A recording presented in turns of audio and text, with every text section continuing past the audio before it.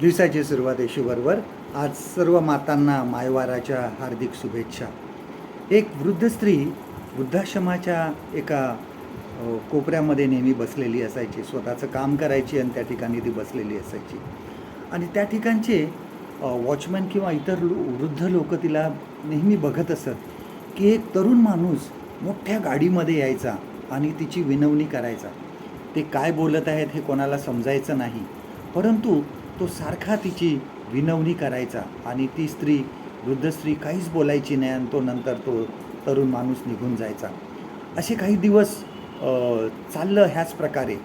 एक दिवस तो मुलगा, तरुण माणूस त्याच्या लहान मुलाला घेऊन आला, तिच्या मांडीवर ठेवलं आणि बऱ्याच विनवण्या करत होत्या. त्याबरोबर त्याची पत्नीसुद्धा त्या तरुण माणसाची होती आणि ते त्या स्त्रीला खूप विनवणी करत होती.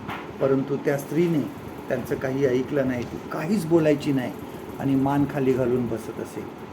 आणि असे काही दिवस गेल्यानंतर त्या वॉचमॅन आणि त्या इतर वृद्ध लोकांनी तिला विचारलं की अरे, तो मुलगा म्हणे तुझा आहे का? तो हो.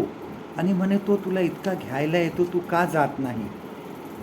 काही लोकांना तर त्यांच्या मुलांनी स्वतःहून इकडं आणून टाकलेलं आहे, त्यांना घरी स्वतःचं घर नाही आहे, पण तुला तुझा मुलगा घेऊन जायला येत आहे, तरी तू का जात नाहीस?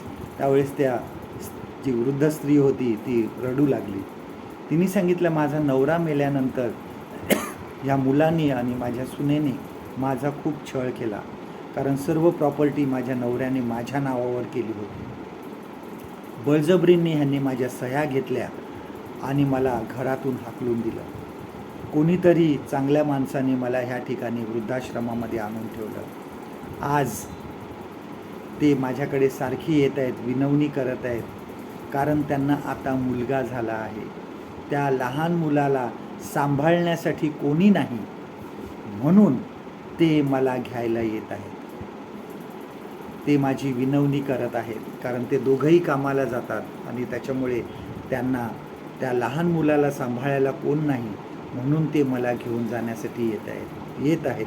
परंतु मी जाणार नाही, कारण त्यांना आई नको आहे, तर त्यांना आया पाहिजे.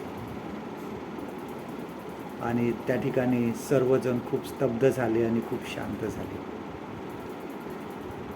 आज देवाचं वचन आपल्याला हे सांगत आहे की आपल्या आईवडिलांची काळजी घ्या, आपल्या आईवडिलांना मान द्या. आजचं देवाचं वचन आपल्यासाठी हे आहे, योहानकृत शुभवर्तमान ह्याचा 19वा अध्याय आणि 27वं वचन. Gospel of John chapter 19 and verse 27. मग त्याने त्या शिष्याला म्हटले, पहा ही तुझी आई. आणि त्यावेळेसपासून त्या शिष्याने तिला आपल्या घरी ठेवून घेतले. परमेश्वर करो आजचा दिवस तुमचा आशीर्वादित करो.